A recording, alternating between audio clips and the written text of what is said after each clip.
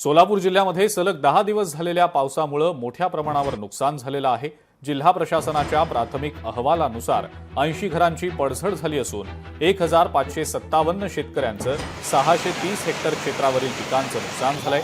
ही प्राथमिक माहिती असून तत्काळ नुकसानाचे पंचनामे करून संबंधितांना मदत मिळवून देण्याचे आदेश जिल्हाधिकारी कुमार आशीर्वाद यांनी प्रशासनाला दिलेले आहेत।